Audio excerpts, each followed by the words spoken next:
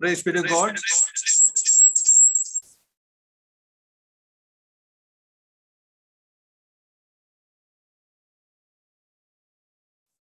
We praise our living God for this opportunity He has granted to us. We welcome all of you in the glorious name of our Lord and Savior, Jesus Christ. We also welcome on behalf of the Kodambakkam Christian Brethren Assembly and the Gospel Literature Ministries Bookshop in Chennai. To begin with, let us start the meeting with a word of prayer. I request Brother Evangelist from Parmakudi, Evangelist Kriston Prabhu, to begin the meeting with a word of prayer. Over to Parmakudi in Ramanathapuram district, Tamil Nadu, Brother Kriston Prabhu, to start the meeting with a word of prayer. நாம் யாவரும் ஜெபிக்கலாம். எங்களை அருமையா நேசிக்கும் நல்ல ஆண்டவரே, இந்த மாதத்தினுடைய 2ஆம் நாளுக்காக உம்மை துதிக்கிறோம். ஆண்டவரே, இந்த நாளிலும் ஆண்டவரே இப்படிப்பட்ட ஒரு வாய்ப்புக்காக நாங்கள் உம்மை துதிக்கிறோம். ஆண்டவரே, இந்த கூட்டத்தை பொறுப்பெடுத்து நடத்துகிற அங்கிள் சந்தோஷ் ஜான்சனுக்காக நாங்கள் உம்மை துதிக்கிறோம். ஆண்டவர் அவர் எடுத்து வரக்கூடிய இந்த பிரயாசங்களை நீர் ஆசீர்வதித்து தினந்தோறும் ஆண்டவரே உம்முடைய ஊழியர்களை கொண்டு எங்களிடத்துல நீர் பலவிதமாக பேசி வருகிறதுக்காக உம்மை துதிக்கிறோம், உமக்கு நன்றி செலுத்துகிறோம். ஆண்டவர் இந்த நாளிலே செய்தி கொடுக்க வேத ஆராய்ச்சி எடுக்கக்கூடிய அங்கிள் ரிஜோய் அவர்களே உடைய கரங்களை நாங்கள் ஒப்பு கொடுத்து ஜெபிக்கிறோம். தொடர்ந்து அவரோடு கூட எங்களிடத்தில் நீங்க பேச வேணுமா நாங்கள் ஜெபிக்கிறோம். அப்படியே ஆண்டவரே இன்றைக்கு டிரான்ஸ்லேட் செய்யக்கூடிய சகோதரனுடைய கரத்திலே ஒப்பு கொடுத்து ஜெபிக்கிறோம். அவரையும் நீங்க ஆசீர்வதிங்க, தேவையான வார்த்தைகளை கொடுத்து நீங்க உதவி செய்யுங்க. அது மட்டுமல்ல ஆண்டவரை பாடல் பாடக்கூடிய குழுவினரோடு உடைய கிருபை இருப்பதாக. தொடர்ந்து இந்த நாள் நாங்கள் ஆண்டவரே கற்றுக்கொள்ளக்கூடிய காரியங்கள் அநேகம் உண்டு. எங்களிடத்துல நீங்க பேசுங்க, எங்களுக்கு நீங்க உதவி செய்யுங்க. நாங்கள் கவனமாய் அமர்ந்து உமது வேத வார்த்தைகள் நாங்கள் கற்றுக்கொண்டு எங்களுடைய வாழ்க்கையை நடைமுறைப்படுத்த உதவி செய்யுங்க. இயேசு கிறிஸ்து நாமத்தில் கேட்கிறோம் பிதாவே, ஆமென்.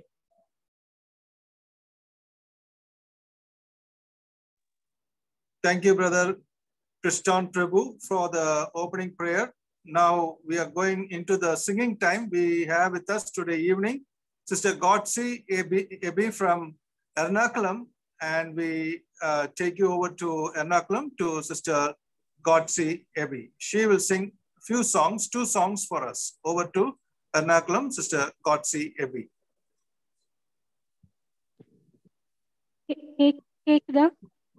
Yes, கேக்குது.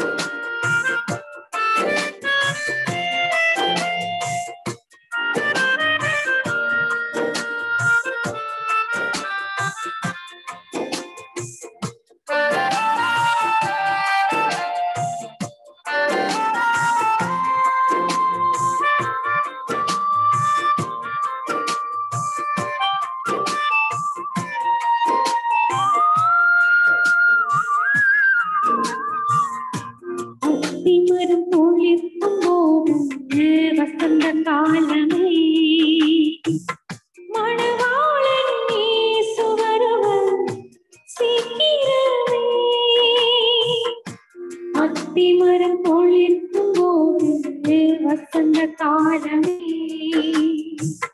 மணவாளனே சுவருவன் சீக்கிரமே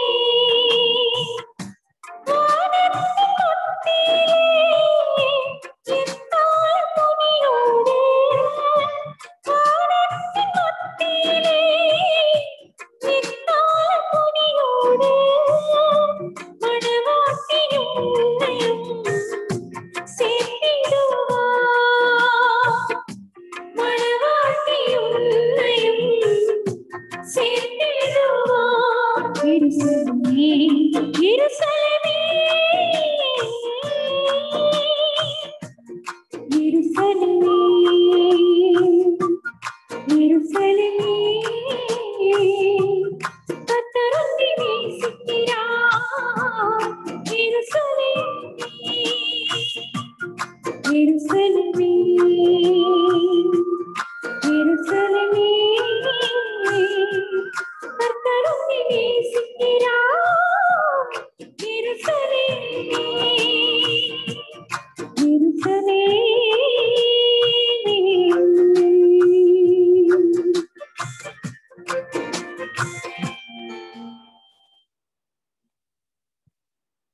Thank you.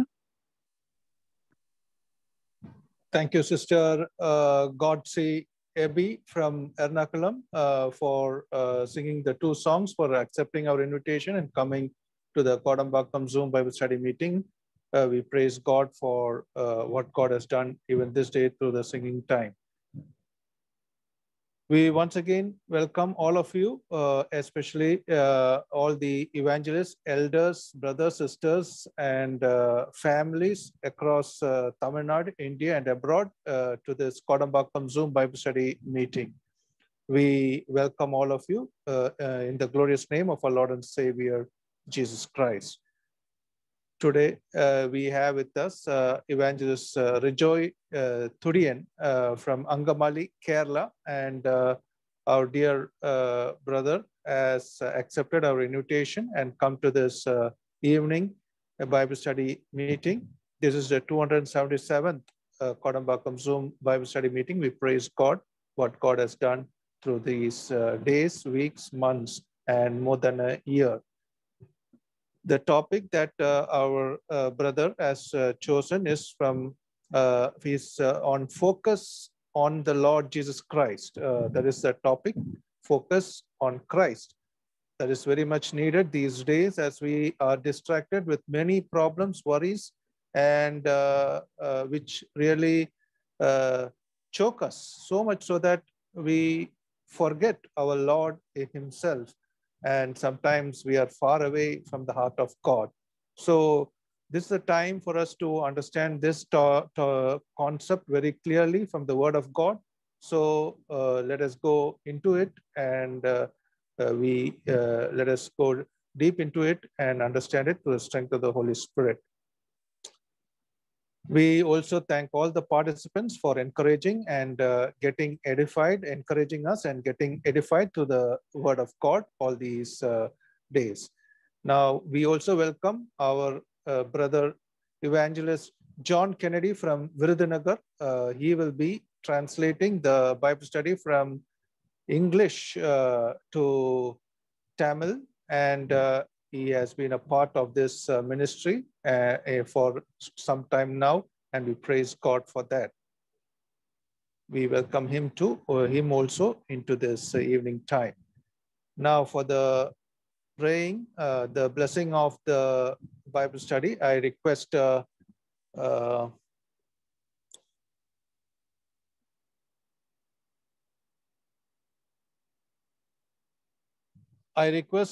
Brother Satish from Tiruchirappalli to pray for the blessing of the message. Over to Satish in Tiruchirappalli, and we request our dear brother to pray for the blessing of the Bible study.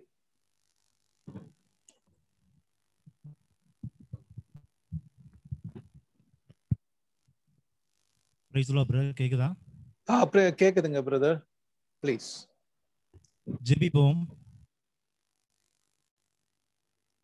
நித்திய மகிமைக்கு எங்களை அழைத்த சகல கிருபையும் பொருந்தன எங்கள் தெய்வமே, எங்களை சீர்பொருத்துகிறவரும் ஸ்திரப்படுத்துகிறவரும் எங்களை பலப்படுத்துகிறவரும் நிலைநிறுத்துகிறவருமாயிருக்கிற கர்த்தாவே, இந்த அருமையான சாயங்கால வேலைக்காக நன்றியோடு உம்மை துதிக்கிறோம், உம்மை ஸ்தோத்திரிக்கிறோம். ஆண்டவரே, எங்களை சீர்படுத்துவதற்காக, எங்களை நீர் பலப்படுத்துவதற்காக நீர் எங்களுக்கு ஏற்படுத்தின இந்த அருமையான நேரத்திற்காக நன்றியோடு உம்மை துதிக்கிறோம், உம்மை ஸ்தோத்திரிக்கிறோம். கர்த்தாவே, இந்த 277வது ஆண்டவரே நாள் பைபிள் வேத ஆராய்ச்சிக்காக நன்றியோடு உம்மை துதிக்கிறோம், உம்மை ஸ்தோத்திரிக்கிறோம். கர்த்தாவே, நீர் எங்களோடு கூட தொடர்ச்சியாக இத்தனை நாட்கள் பேசிக் கொண்டிருக்கிறீர். எங்களுடைய வாழ்க்கையில ஆண்டவரே நாங்கள் பலனை அடைந்து கொள்ளும்படியாக, நாங்கள் கனிகளை கொடுக்கும்படியாக ஆண்டவரே நீர் எங்களோடு கூட பேசிக் கொண்டிருக்கிறீர். ஆண்டவரே, இன்றைக்கும் கூட ஆண்டவரே கேரளாவில அங்கமாலியிலிருந்து ஆண்டவரே அருமையான அங்கிள் ஆண்டவரே பேசுகிறாங்க. கர்த்தாவே, அவர்களை கூட எங்கள் மத்தியில பயன்படுத்தி ஆண்டவரே நாங்கள் அவர்கள் மூலமாக தேவனுடைய வார்த்தையை கற்றுக்கொள்ள ஆண்டவரே உதவி பாராட்டும்படியாக ஜெபிக்கிறோம். ஃபோக்கஸிங் ஆன் கிரைஸ்ட் என்ற நிலைமையில, கிறிஸ்துவை நோக்குதல் என்கிற நிலைமையில கர்த்தாவே நாங்கள் படிக்க எங்களுக்கு ஆண்டவரே தலைப்பை கொடுத்திருக்கிறீர். ஆண்டவர் எங்களுக்கு கிருபை பாராட்டும்படியாக நாங்கள் ஜெபிக்கிறோம். அநேக நேரங்களிலே அருமையான சகோதரர் சொன்ன போல எங்களுடைய கண்கள் பல இடங்களிலே அது சிதறுகிறது, கிறிஸ்துவை பார்க்காதபடிக்கு பல இடங்களிலே சிதறுகிறதை நாங்கள் பார்க்கிறோம். ஆனால் இன்றைக்கும் நாங்கள் இதை கற்றுக்கொள்ள எங்களுக்கு உதவி செய்வீராக. ஆண்டவரே, பேசுகிற அருமையான அங்களை ஆசீர்வதிங்க, கிருபைகளை கொடுக்க முடியாது ஜெபிக்கிறோம். அநேகருக்கு ஆண்டவரே ஆசீர்வாதமாக இருக்க உதவி செய்வீராக. இந்த ஜூம் இணைப்பிலும் அது மாத்திரமல்ல யூடியூப் மூலமாகவும் பார்க்கிற ஒவ்வொருவரையும் நீர் ஆசீர்வதிக்க வேண்டுமா ஜெபிக்கிறேன். எல்லா தடைகளையும் எடுத்து போடும். இன்டர்நெட் ஆண்டவரை எந்த விதத்திலும் டிஸ்டர்பன்ஸ் இல்லாதபடிக்கு ஆண்டவரை கிருபை செய்யும். ஆண்டவரே, உம்முடைய கிருபை ஆரம்பம் முதல் முடிவு வரைக்கும் இருப்பதாக. உம்முடைய வழி நடத்துவதற்காக நாங்கள் ஜெபிக்கிறோம், உம்முடைய ஆசீர்வாதத்திற்காக நாங்கள் ஜெபிக்கிறோம். ஆண்டவரை கிருபை செய்யும். ரட்சகரும் மீட்பெருமாய் இருக்கிற கர்த்தராகிய இயேசு கிறிஸ்துவின் நாமத்தில் கேட்கிறோம் நல்ல பிதாவே, ஆமென். Thank you, brother Satish from Trichinopalli for the prayer. Now we are going into the Bible study. Over to Angamali, brother Rijoy Thudian, and also to Virudhunagar, to brother John Kennedy. Good evening and greetings in the precious name of our Lord and Savior Jesus Christ. யாவருக்கும் எனது மாலை வணக்கங்கள். அதோடு கூட ஆண்டவர் இயேசு கிறிஸ்துவினுடைய நாமத்தினாலே உங்களை வாழ்த்துகிறேன். Thank you, brother Santosh Johnson, for inviting me to share the word of God this evening. அருமையான சந்தோஷ் பிரதருக்கு நான் நன்றி செலுத்துகிறேன். இந்த மாலை நேரத்திலே இப்பேற்பட்ட கூடுகையிலே என்னை அழைத்து பயன்படுத்துவதற்காக. I praise God for this blessed ministry of Kodambakkam Assembly and GLM Ministries. இப்பேற்பட்ட நல்ல ஊழியத்தை செய்து கொண்டிருக்கிற கோடம்பாக்கம் சபையாருக்காக ஆண்டவர் இயேசு கிறிஸ்துவினாலே நான் நன்றி செலுத்துகிறேன். I praise God for this opportunity to share the word of God with you all.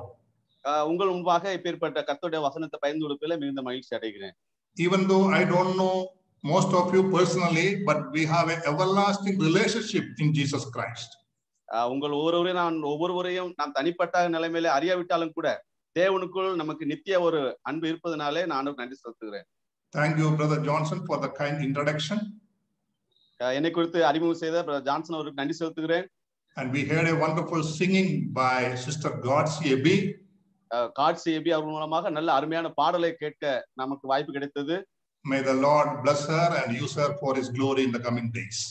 வல்லமையுள்ள தேவன் அவர்கள் வருகிற நாட்களே அதிகமா எடுத்து பயன்படுத்துவாராக. I am so glad to know that you have been listening the word of God for the last 1 year through this online Zoom meetings. அதோடு கூட கடந்த 1 வருடங்களுக்கு மேலாக கர்த்தருடைய வசனத்தை நீங்கள் தொடர்ந்து கேட்கிறீர்கள் என்பதை குறித்து நான் மகிழ்ச்சி அடைகிறேன். As we all know, there are many restrictions in these days. இப்ப நாட்களிலே சில தடைகள் சில காரியங்கள் இருந்த போதிலும் we are restricted to gather together for church fellowship. இப்படிப்பட்ட சபை ஐக்கியங்களே கூடுவதில் சில தடைகள் இருந்த போதிலும் but let me tell you, nobody can stop our worshiping to God. ஆனால் நான் ஒன்றை சொல்லுகிறேன், நாம் தேவனை ஆராதிப்பதும் அவரை தொழுது கொள்வதும் அதை நிறுத்த முடியாது. As a person, as a family, we can always worship our Lord. நம்முடைய தனிப்பட்ட நிலைமையிலும் நம்முடைய குடும்ப நிலைமையிலும் நாம் தேவனை ஆராதிப்பதை நிறுத்த முடியாது. And nothing and nobody can restrain the word of God and also preaching of the word of God. நம்முடைய வேத வசனத்தை ஒருவரும் நம்மை அதை தனியாக பிரித்து நிறுத்த முடியாது. Nowadays, many sermons are broadcasted through medias. இந்த நாட்கள்ல நிறைய ஊழியங்கள் broadcast செய்து கொண்டிருக்கிறார்கள். We can thank God for this all technologies. ஏற்பட்ட நல்ல ஒரு எலக்ட்ரிக் சாதனங்களை கொடுத்ததுக்கு ஆண்டவருக்கு நன்றி செலுத்துவோம். Our Lord is sovereign and he is still on the throne. நம்முடைய தேவன் இரக்கமுள்ளவர், இன்றும் அவருடைய அரசியலில் அவர் அமர்ந்து கொண்டிருக்கிறார். He is still alive. அவர் இன்றும் ஜீவிக்கிறார். Let us praise his holy name. அவருடைய மகிமையுள்ள நாமத்தை நாம் மகிமைப்படுத்துவோம். We all are aware about the present situation in India and all over the world. நாம் இந்த இந்தியாவில் மட்டுமல்ல உலகம் முழுவதும் இருக்க எல்லா சூழலிலும் தேவ சமூகத்தில் கூடி வந்திருக்கிறோம். Natural calamities are increasing day by day. நாளுக்கு நாள் அதாவது உலக பிரகார நிலைமையில பிரச்சனைகள் கூடிக்கொண்டே இருக்கிறது. This is a pandemic season. இது மிக ஒரு மோசமான தொற்று நோய் பெருகிய நேரம். All are afraid of COVID. எல்லாரும் இந்த கொரோனா வியாதினால பயந்து கொண்டிருக்கிறார்கள். It affected all over the world. உலகம் முழுவதுமாக அது பாதித்து இருக்கிறது. I think we never had this kind of time in our life. நான் நினைக்கிறேன் இப்பேற்பட்ட ஒரு சூழ்நிலையை நம்முடைய வாழ்க்கையில நாம் கடைபிடித்தது கேட்டதே கிடையாது. According to the Bible, this is the way the world will be before the second coming of Jesus Christ. வேதவசனத்தின் அடிப்படையின் ஆதாரத்திலே நம்மை ஒன்று புரிந்து கொள்ள முடியும். இயேசு கிறிஸ்து இரண்டாம் வருகைக்கு இது அடையாளம் என்று சொல்லி. These are the sign of his second coming. தான் இயேசு கிறிஸ்துவோட இரண்டாம் வருகைக்கான அடையாளங்கள். In the four gospels, Jesus already has given us the warnings and signs about the end times. நாலு சுவிசேஷங்களும் இயேசு கிறிஸ்துவின் வருகைக்கான அடையாளங்களை அவர் அறிமுகப்படுத்தி இருக்கிறார். There are mainly three things will happen before his second coming. இயேசு கிறிஸ்து வருகைக்கு முன்பதாக பெரிய அநேக காரியங்கள் நடைபெறும் என்று சொல்லப்பட்டிருக்கிறது. Jesus said, first of all, there will be a spiritual deception. முதலாவது ஆவிக்கு நிலைமையிலே அங்கே பெரிய பிரச்சனை ஏற்படும் என்று சொல்லப்பட்டிருக்கிறது. There will be lots of false teachers and prophets. They will come and they will deceive the people, even the believers. அளவுக்கு அதிகமான தவறான உபதேசங்களை சொல்லிக் கொடுக்கிற தீர்க்கதரிசிகள் எழும்புவார்கள், விசுவாசிகளை அவர்கள் தவறான முறையில பயன்படுத்த சொல்லப்பட்டிருக்கிறது. Every day there are new doctrines coming in the world. ஒவ்வொரு நாளும் இந்த உலகத்திலே புதிய புதிய உபதேசங்கள் பெருகிக் கொண்டிருக்கிறது. We need to read and meditate and learn the word of God very clearly so that we can resist them and we can stand for the truth always. எனவே நாம் ஒவ்வொரு நாளும் வேதாகமத்தை மிகவும் தெளிவாக கவனமாக நம் தேவனுடைய ஆவியோடு படிக்க வேண்டும். அப்பொழுதுதான் இந்த உபதேசங்களை எதிர்த்து நிற்க முடியும். Secondly, Jesus said there will be natural calamities all over the world. அதோடு கூட இயேசு கிறிஸ்து அடுத்த முறை சொன்னது உலகத்திலே இயற்கை சீற்றங்கள், இயற்கை பிரச்சனைகள் ஏற்படும் என்று சொன்னார். There will be earthquakes, wars, famines and great diseases like today's COVID. It will spread all over the world. பஞ்சங்களும் கொள்ளை நோய்களும் இன்றைக்கு பார்க்கிறது போல யுத்தங்களும் பலவிதமான இந்த கொள்ளை நோய்களும் இன்றைக்கு கொரோனா வியாதியும் கூட ஏற்படும் என்று சொல்லப்பட்டிருக்கிறது. We know that these are happening even today. நமக்கு தெரியும் இது இன்றைக்கு இப்பொழுது நடைபெற்றுக் கொண்டிருக்கிறது என்று சொல்லி. And thirdly, Jesus said there will be persecutions. மூன்றாவதாக இயேசு கிறிஸ்து சொன்னார் உங்களுக்கு உபத்திரவங்கள் உண்டு என்று சொல்லி. They will persecute you because you are following Jesus Christ. நீங்கள் இயேசு கிறிஸ்துவை பின்பற்றி நிமித்தமாக உங்களுக்கு நிறைய துன்பங்களை நீங்கள் அனுபவிக்க வேண்டும் என்று சொன்னார். And we know that all over the world, especially in the Middle East and North Korea, China, even in India and many parts of the world, the persecution to the Christians are increasing day by day. உலகத்தின் ஒவ்வொரு பகுதியிலும் north Korea மற்ற அநேக இடங்களிலும் ஏன் இந்தியாவிலும் கூட தேவனுக்காக பயன்படுத்தக்கூடிய மக்கள் துன்பப்படுத்தப்பட்டுக் கொண்டிருக்கிறார்கள். Apostle Paul said in 1 Thessalonians chapter 5 verse 1 to 3, we read like this. அப்போஸ்தலன் பவுல் முதல் 1 தெசலோனிக்கேயர்ல 5ஆம் அதிகாரத்திலே இப்படி சொல்லி இருக்கிறார். But concerning the times and seasons, brethren, you have no need that I should write to you. இதை அதாவது இருக்கக்கூடிய சூழ்நிலையில் நிறுத்தி நீங்கள் சகோதரரை ஒன்று நீங்கள் புரிந்து கொள்ள வேண்டும். For you yourselves know perfectly that the day of the Lord so comes as a thief in the night.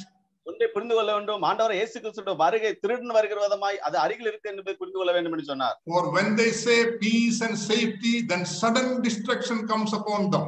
நீங்கள் எப்பொழுது அமைதியாய் திருப்தியாய் இருக்கீங்களோ திடீரென்று உங்களுக்கு ஆபத்து வரும் என்று சொல்லப்பட்டிருக்கிறது. As labor pains upon a pregnant woman, and they shall not escape. எப்படி கற்ப வேதனைப்படுகிற ஒரு பெண் திடீரென்று இதை செய்திடுகிறார்களோ அதே போல நடக்கும் என்று சொல்லப்பட்டிருக்கிறது. When we see all these seasons of time and all the signs, we know that our Lord is at hand. இந்த இப்பேற்பட்ட அடையாளங்கள் எல்லாம் பார்க்கும்போது நாம் ஒன்றை புரிந்து கொள்ள வேண்டும், நமது ஆண்டவர் இயேசு கிறிஸ்து வருகைக்கு இது அடையாளம் என்பதை அறிந்து கொள்ள வேண்டும். And verse 3, the last part, we noted that it will be like a labor pain upon a pregnant woman. இந்த அதாவது ஒரு கற்ப வேதனைப்படுகிற ஒரு ஸ்திரீ எப்படி வேதனைப்படுவாளோ அதுபோல் நடைபெறும் என்று சொல்லப்பட்டிருக்கிறது. You know, there will be more and more pain before a mother gives birth to a child. ஒரு தாயானவள் குழந்தை பெற்றெடுப்பதாக அதிகமான வேதனை பெறுவார் என்று வேதத்தில் வாசிக்கிறோம். See, this is the picture of the world today. இதுதான் இன்றைக்கு உலகத்தில் நடைபெறுகிற சம்பவமா இருக்கிறது. This natural calamities, spiritual deception, persecution, they will increase day by day. இந்த இயற்கை சூழ்நிலையிலும் ஆவிக்குரிய நிலைமையிலும் மற்ற எல்லா நிலைமையிலும் ஒவ்வொரு நாளும் பிரச்சனைகள் அதிகமா பெருகிக் கொண்டே போகிறது.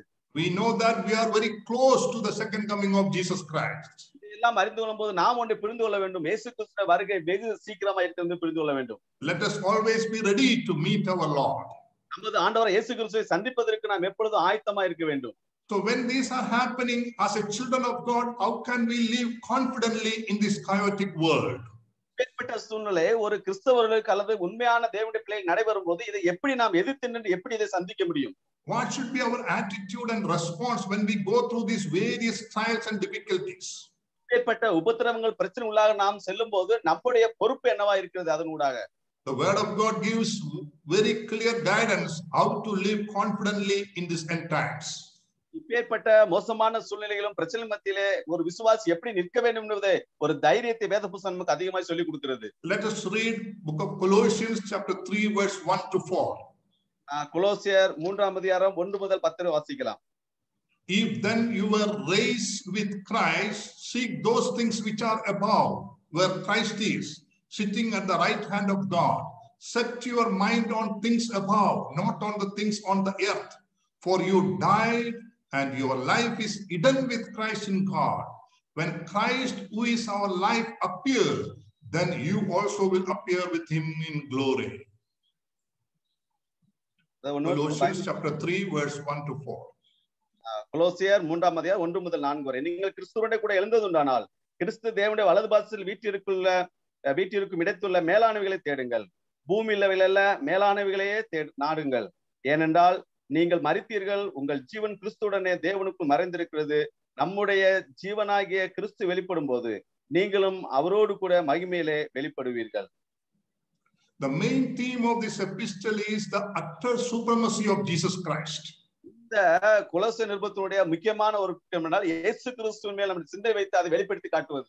Paul wrote to the believers in Colossae to show that Christ stands forth as a preeminent over all. அதாவது உலகத்திற்கு எல்லா காரியத்துக்கு முன்பாக இயேசு கிறிஸ்துவை மட்டுமே நோக்கி பார்க்க வேண்டும் என்கிற காரியத்தை அப்போஸ்தலன் பவுல் கொலோசியர் நிருபத்துக்கு சொல்லுகிறார். Christ is the Lord over all creation. இயேசு கிறிஸ்து Christ, can you hear? Okay, brother. Christ is the redemption for all who put their trust in him. இயேசு கிறிஸ்துவை நம்பிக்கை வைக்கிறவர்களை அவர் மீட்டுக் கொள்ள வரப்போகிறார் என்பதை கொலோசியர் நிருபத்தில் வாசிக்கிறோம். Christ defeated the power of darkness on the cross of Calvary. இயேசு கிறிஸ்து கல்வாரி சிலுவையில் இது அனைத்து காரியம் நிறைவேற்றி முடித்தார் என்று வாசிக்கிறோம். And he rose again, and the same Christ lives in you, and he is the hope of glory. அந்த உயிர்த்தெழுந்த இயேசு கிறிஸ்து நமக்குள் ஜீவிக்கிறார். அவர்தான் நம்முடைய மகிமையின் வெளிப்படுத்தலாய் இருக்கிறார்.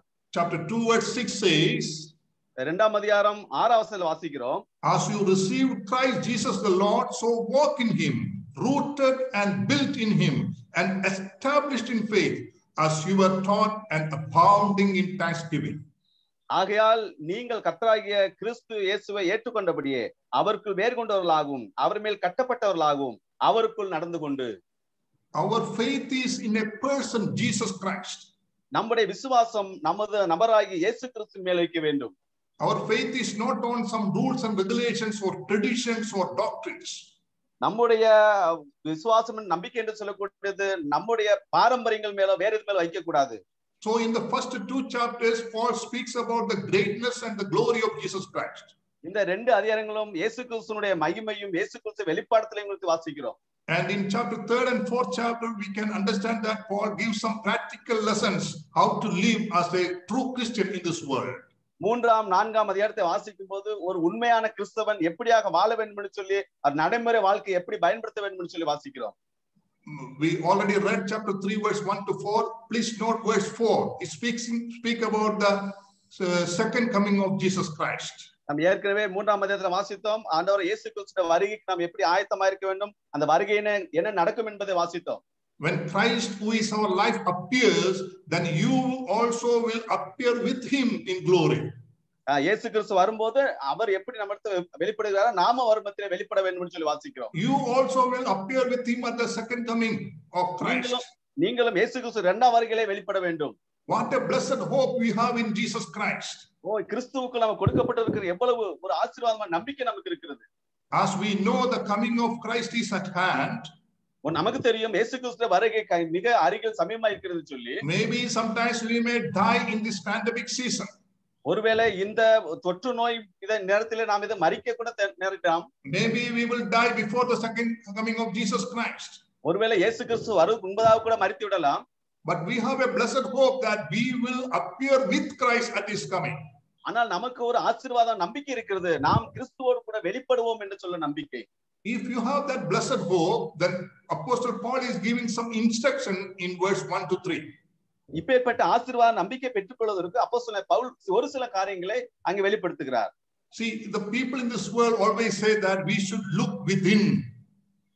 உலக மக்கள் அதிகம் பலமுறை சொல்வார்கள் நாம் நமக்குள்ள இருப்பதை நாம் சிந்தித்துக் கொள்ள வேண்டும். Some people will say that look around. சிலர் சொல்வார்கள் உங்களை சுற்றி இருக்கிறவர்களை பாருங்கள் என்று சொல்வார்கள். Some people will say that motivates people that you should always look ahead. சிலர் என்ன சொல்வார்கள் உங்களுக்கு முன்பாக இருப்பதை நீங்கள் பார்த்து கொண்டிருங்கள் என்று சொல்வார்கள். But God says here look up. ஆனால் தேவன் என்ன சொல்றார் நீங்கள் மேலே நோக்கி பாருங்கள் என்று சொல்கிறார். See, we are under lockdown now. இப்பொழுது நாம் அடைக்கப்பட்ட ஒரு சூழ்நிலையில வாழ்ந்து கொண்டிருக்கிறோம். There are restrictions to our freedom of moving. இப்ப அங்குமிகமா அலைவதிலே நமக்கு சில தடைகளை கொடுக்கப்பட்டிருக்கிறது. Sometimes all the doors in this world may be closed or locked. அந்த சில நேரங்களில் உலக கதவுகள் அனைத்தும் அடைக்கப்படலாம். But the door in heaven will always open. It will never lock and it will never close. ஆமென். ஆனால் பரலோகத்தின் கதவு அது ஒரு நாளும் மூடப்படாது. அது திறந்து வைக்கப்பட்டே இருக்கிறது. So we can always look up. ஆகவே எப்பொழுதுமே நாம் மேல் நோக்கி பார்க்கலாம். Verse 1 says that we should always seek heaven. நாம் ஒன்னாவசல் வாசிக்கிறோம் எப்பொழுதுமே நாம் பரலோகத்துக்குரிய மேலானவைகளை நோக்க வேண்டும் என்று சொல்லி வாசிக்கிறோம். Why we should seek heaven, seek above? ஏன் நாம் மேலானவைகளை பரலோகத்துக்குரியவைகளை பார்க்க வேண்டும்? We need to remember that we are the citizens of heaven. நாம் ஒன்றை ஞாபகப்படுத்த வேண்டும். நாம் பூமிக்கு வரல பரலோகத்துக்கு சொந்தக்காரர் என்பதை நினைத்து கொள்ள வேண்டும். In Philippians chapter 3 verse 20 we read like that, for our citizenship is in heaven, from which we also eagerly wait for the Savior, the Lord Jesus Christ. பிலிப்பியர் நிருபம் 3ஆம் அதிகாரம் 20ல வாசிக்கிறோம் நம்முடைய குடியிருப்பு பரலோகத்தில் இருக்கிறது அங்கே என்று நம்முடைய கர்த்தராகிய கிறிஸ்து வர இரட்சகர் வர எதிர்பார்த்து கொண்டிருக்கிறோம் என்று வாசிக்கிறோம். Paul here says in verse 1 and 2 that set your hearts in heaven, or our focus should be in heavenly things. ஆகவே நீ பரலோகத்துக்குரிய காரியங்களை மட்டுமே உங்கள் கண்களை அங்க வைத்து பார்க்க வேண்டும் என்று சொல்லுகிறார். It is not just about the place but the spiritual realities of heaven. இது இடத்துக்கு காரியம் மட்டுமல்ல ஆவிக்கு நிலைமையிலே பரலோகத்துக்கான காரியங்களை படம் எடுத்து காட்டுகிறார். Because we are blessed by the heavenly blessings in Jesus Christ. ஆனமனால் கிறிஸ்துவுக்குள்ளாக பரலோகத்துக்கு ஆசீர்வாதத்தால் நாம் ஆசீர்வதிக்கப்பட்டிருக்கிறோம். Then verse 2 Paul gives second instruction that you set your mind in heaven. உங்களுடைய சிந்தனையை பரலோகத்தினராக திருப்புங்கள் என்று சொல்லுகிறார். Not only set your mind in heaven, but again he says that do not set your mind on the things of the earth. உங்களுடைய சிந்தனையை பரலோகத்தினர் திருப்ப மட்டுமல்ல இந்த பூமிக்குரியவைகளை நீங்கள் திருத்த வேண்டாம் என்று சொல்லுகிறார். See, it does not mean that we should disconnect from all the earthly responsibilities. இதனுடைய அர்த்தம் இந்த உலகத்தில் எல்லா காரியங்களையும் ஒதுக்கி வைத்துட்டு ஒன்றுமில்லாமல் அமர்ந்திருக்க வேண்டும் என்பது அர்த்தம் கிடையாது. No, we should care about our families. நம்முடைய குடும்பத்தை குறித்து ஒரு கரிசனை இருக்க வேண்டும். We should have job and business. நம்முடைய வேலைகளையும் நம்முடைய பிசினஸ் குறித்து கவனம் இருக்க வேண்டும். But the meaning is that our mind should not be centered or remain on these earthly things. ஆனால் ஒன்று காரியம் என்ன, நம்முடைய சிந்தனையானது இந்த உலக காரியங்களை கட்டப்பட்டு அப்படியே அதிலே இறுக்கி பிடித்துக் கொண்டு இருக்க கூடாது. We read in Psalm 62 verse 10 like this. சங்கீதம் 62:10 இப்படியே வாசிக்கிறோம். If riches increase, do not set your heart on them. ஐஸ்வர்யம் பெருகும் போது உங்களுடைய இருதயத்தை ஐஸ்வர்யத்தில் வைக்காதீங்கன்னு சொல்லி இருக்கிறார். That is the meaning. அதுதான் அதனுடைய அர்த்தம். Don't focus on earthly things. உலகத்துக்குரிய காரியங்களை மட்டும் நோக்கி பார்க்காதீர்கள். We should be aware about our attachment to the wealth of this world. நாம் இந்த உலக காரியங்களே நாம் ஈடுபட்டு அதை பிடித்துக் கொண்டிருக்க கூடாது. We should be aware about our attachment to our positions in this world. அந்த உலகத்திலே நாம் இருக்கிற பொறுப்புகளை குறித்து மிகவும் கவனமா இருக்க வேண்டும். Jesus once said that remember Lot's wife. இயேசு கிறிஸ்து ஒரு முறை சொன்னார், நீங்கள் லோத்துவின் மனைவியை நினைத்துக் கொள்ளுங்கள் என்று சொன்னார். We know that story, so I am not going to explain that. நமக்கு அந்த சம்பவம் தெரியும், அதை நாம் விலைக்கு சொல்ல வேண்டிய நேரம் இல்லை. See, for example, the people who have gone from Kerala to work in Gulf, அப்போ கேரளா உதாரணமாக கேரளாவிலிருந்து கல்ஃப் நாடுகளிலே வேலை செய்ய போனவர்களை குறித்து நான் சொல்லுகிறேன். they know that their homeland is Kerala. அவங்களுக்கு தெரியும் அவருடைய வேலைகள் எல்லாம் கேரளாவில் தான். But they are working in Gulf for a temporary period. ஆனால் தற்சமயமாக அவர்கள் கல்ஃப்ல வேலை செய்து கொண்டிருக்கிறார்கள். They know that Gulf is not their permanent place. அவர்களுக்கு தெரியும் அவர்கள் இருக்கிற அந்த வெளிநாடுகள் அது அவர்களுக்கு சொந்தமானது கிடையாது. One day they have to come back to their homeland. ஒரு நாள் அவர்களுக்கு சொந்த நாட்டிற்கு சொந்த தேசத்திற்கு திரும்பி வர வேண்டும். And they will build their houses in their own place in Kerala, not in Gulf. அவர்கள் சொந்த இடங்களிலே அவர்களுடைய வீடுகளை கட்ட வேண்டும், வெளிநாடுகளை கட்ட வேண்டியதில்லை.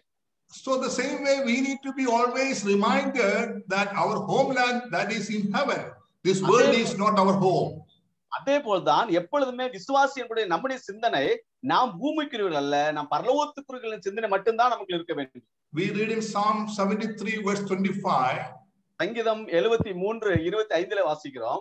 Whom I have in heaven but you, and there is none upon earth that I desire besides you. ஆண்டவரே பரலோகத்திலே உம்மை தவிர எனக்கு யார் உண்டு, பூமியில ஒருவரும் இல்லை என்று சொல்லுகிறார். Can we truly say like this? அதை நான் உண்மையிலே சொல்ல முடியுமா? When you become more heavenly minded, you will not have any fear about the things happening in this world. நான் உண்மையிலே நம்முடைய சிந்தனை எல்லாம் தெய்வீக பரலோக சிந்தனை இருக்கும் என்று சொன்னால் உலக காரியங்களை குறித்து நாம் பயப்பட வேண்டிய அவசியமே கிடையாது. Because you are not belong to this world. ஏன்னா நாம் இந்த உலகத்துக்குரியவர்கள் அல்ல. You are belong to heaven. நாம் பரலோகத்துக்கு சொந்தமானவர்கள். We need to live here as strangers and pilgrims. நாம் இந்த பூமியில வாழ்ந்திருக்கும் போது நாம் வந்து புறஜாதி மற்றவர்களை போல, அதாவது பூமிக்குரியவர்கள் அல்ல, நாம் வந்து இந்த பூமிக்குரியவர்களை நாம் தற்காலிகமான வாழ்க்கை என்பதை நினைத்து வாழ வேண்டும். We read in Hebrews chapter 13 verse 14. அதை எபிரேயர் 13 வாசிக்கிறோம். For here we do not have a lasting city, but we are seeking the city which is to come. நாம் இந்த பூமிக்குரிய காரியத்தில் வாழவில்லை, இனி வரப்போகிற தேசத்தை எதிர்பார்த்து வாழ வேண்டும். In Hebrews chapter 12:28 also we read like this. எபிரேயர் 12:28 கூட இப்படி வாசிக்கிறோம். Therefore, since we are receiving a kingdom which cannot be shaken, let us have grace by which we may serve God acceptably with reverence and godly fear. நாம் அழிந்து போகிற இந்த பூமிக்குரியவர்கள் எல்லாம் அழியாத தெய்வ ராஜ்யத்தை பெற்றுக்கொள்வர்களாக நாம் வாழ்ந்திருக்க வேண்டும் என்று எபிரேயர்ல வாசிக்கிறோம். We need to understand that all the kingdoms of this world will be shaken and will be destroyed, but the kingdom of heaven will not be shaken, it will last forever.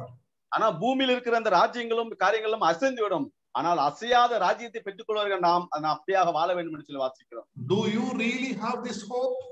உண்மையிலே நமக்கு இப்படிப்பட்ட ஒரு நம்பிக்கை இருக்கிறதா? Many times we forget that we are the citizens of heaven. அநேக முறை நாம் மறந்து விடுகிறோம், நாம் பரலோகத்திற்கு சொந்தமானவர்கள் அல்ல, நம்முடைய குடியிருப்பு பரலோகத்துக்குரியதை மறந்து விடுகிறோம்.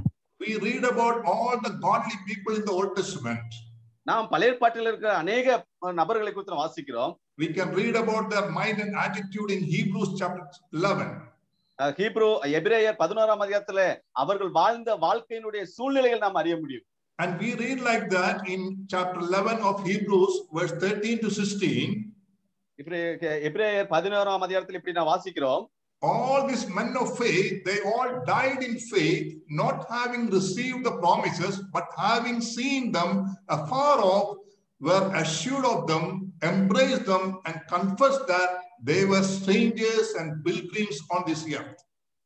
பழைய ஏற்பாட்டு அப்படி என்றால் பழைய ஏற்பாட்டில் வாழ்ந்த அனைத்து தேவ பக்தர்களும் இந்த பூமிக்குரிய வாழாதபடிக்கு பூமியில அவர்கள் பரதேசிகளை போல நினைத்துக் கொண்டு வாழ்ந்திருந்தார்கள். Verse 16 says like this. அதுல 16 அப்படித்தான் வாசிக்கிறோம். But now they desire a better, that is a heavenly country. Therefore God is not ashamed to be called their God, for he has prepared a city for them. ஆனால் இப்பொழுது 16 வாசிக்கிறோம். அதை அல்ல, அதிலும் மேன்மையான பரமதேசத்தை விரும்பினார்கள். ஆகையால் தேவன் அவருடைய தேவன் வெட்கப்படுவதில்லை, அவர்களுக்கு ஒரு நகரத்தை அவர் ஆயத்தம் பண்ணினார் என்று வாசிக்கிறோம். Let us have the same faith and attitude while we live in this world. இந்த பூமியில வாழ்ந்திருக்கும் போது இப்பேற்பட்ட ஒரு பரந்த சிந்தனையோடு, ஒரு மிகப்பெரிய பரலோகத்திற்கு சிந்தனையோடு நாம் வாழ வேண்டும். Our Lord is coming back soon. நம்முடைய ஆண்டவர் இயேசு கிறிஸ்து சீக்கிரமாய் மீண்டு வரப்போகிறார். And we will be with Christ in that heavenly place forever. நாம் கிறிஸ்துவோடு கூட என்றென்றைக்கும் நித்திய காலமா அவரோடு கூட அமர்ந்திருக்க போகிறோம். So in order to have this mind at heart, we should stay always focusing on our identity with Jesus Christ. இப்பேற்பட்ட நிலைமையிலே வாழ்ந்திருக்க நாம் எப்பொழுதுமே நம்முடைய சிந்தனைகளை கிறிஸ்துவின் மேல் வைத்தவர்களாகவே நாம் வாழ வேண்டும். In chapter 3, Colossians chapter 3 verse 1, we read like this. கொலோசியருக்கு நிருபம் 3ஆம் அதிகாரம் முதல் வசனத்தை அப்படித்தான் வாசித்தோம். We are raised with Jesus Christ. நாம் கிறிஸ்துவோடு கூட எழுப்பப்பட்டோம். It speaks about our identity and unity with Christ. அது நம்முடைய தனிப்பட்ட ஒரு சிறப்பு தன்மையும் கிறிஸ்துவோடு கூட இணைந்திருக்கிறோம் என்பதை காட்டுகிறது. When we believed in Jesus Christ, என்றைக்கு நாம் இயேசு கிறிஸ்துவை ஏற்றுக்கொண்டோமோ we became one with Jesus Christ. நாம் கிறிஸ்துவோடு கூட ஒன்றாய் இணைக்கப்படுகிறோம். Colossians chapter 2 verse 12 says like this. கொலோசியர் 2ஆம் அதிகாரம் 12 இப்படி வாசிக்கிறோம். We are buried with Jesus Christ and we are raised with Jesus Christ. நாம் கிறிஸ்துவோடு கூட அடக்கம் பண்ணப்பட்டு கிறிஸ்துவோடு கூட உயிர்த்தெழுந்திருக்கிறோம். In Galatians chapter 2 verse 20, கலாத்தியர் 2:20 வாசிக்கிறோம். Paul says that we are crucified with Jesus Christ. நீங்கள் கிறிஸ்துவோடு கூட சிலுவையில் அறையப்பட்டிருக்கிறீர்கள். In Romans chapter 6 we read like this. ரோமர் நிருபம் 6ஆம் அதிகாரத்தில் வாசிக்கிறோம். We are died with Christ, we are buried with Christ and we are raised with Christ. நாம் கிறிஸ்துவோடு கூட மரித்திருக்கிறோம், கிறிஸ்துவோடு கூட அடக்கம் பண்ணப்பட்டிருக்கிறோம், கிறிஸ்துவோடு கூட எழுந்திருக்கிறோம் என்று வாசிக்கிறோம். In Ephesians chapter 2 verse 7 says, எபேசியர் 2:7 வாசிக்கிறோம். we are seated with Christ in heaven. நாம் கிறிஸ்துவோடு கூட பரலோகத்திலே அமர்ந்திருக்கிறோம் என்று வாசிக்கிறோம். And in Colossians chapter 3 verse 3 says that we will appear with Christ in glory. கொலோசியர் 3:3 வாசிக்கிறோம், கிறிஸ்துவ கூட நாம் எதிர்கொள்ளப்படுவோம் என்று சொல்லி வாசிக்கிறோம். What a glorious truth it is. எவ்வளவு ஒரு நல்ல ஒரு அருமையான காரியங்களை சொல்லப்பட்டிருக்கிறது. We got all these blessings and privileges because of Jesus Christ who died and rose again for our salvation. இப்பேற்பட்ட ஆசீர்வாதங்களை எப்படி பெற்றுக்கொண்டோம் என்று சொன்னால் கிறிஸ்து நமக்காக மரித்து அடக்கம் பண்ணப்பட்டு உயிர்த்தெழுந்த ஒரே ஒரு காரணத்தை மட்டும்தான். We got the redemption and heavenly hope because of Jesus Christ. நாம் பெற்றுக்கொண்ட மீட்பும் பரலோக அழைப்பும் இயேசு கிறிஸ்து தான் காரணம். His death, burial and resurrection is the foundation for all the heavenly blessings we received from God the Father. அதனால தேவன் மூலமாக பிதாவின் மூலமாக ஆண்டவர் இயேசு கிறிஸ்துவாக இப்பேற்பட்ட காரியங்களை நாம் சுதந்திரித்துக் கொண்டோம் என்று வாசிக்கிறோம். That's why I told you in the beginning the foundation of our faith is not based on any doctrines or rituals or tradition but on our risen Lord Jesus Christ. எனவே தான் ஆரம்பத்துல சொன்னேன், நம்முடைய அடித்தளம் என்று சொல்லக்கூடியது உலக பிரகாரமான நம்முடைய சூழ்நிலை மூலமா அல்ல அல்லது நம்முடைய பாரம்பரியங்கள் அல்ல, கிறிஸ்துவின் மேல் நம்முடைய அந்த அடிப்படை வைத்திருக்க வேண்டும் என்று வாசிக்கிறோம். If Christ is not risen, our faith has no meaning. கிறிஸ்து உயிர்த்தெழவில்லை என்றால் நம்முடைய நம்பிக்கை வீணாய் போயிருக்கும். There is no hope. அதிலே எந்த நம்பிக்கையும் கிடையாது. We are still in our sins. நாம் பூமி பாவத்துக்குரியவர்களாக வாழ்ந்திருப்போம். So our foundation is that Jesus Christ raised from the dead.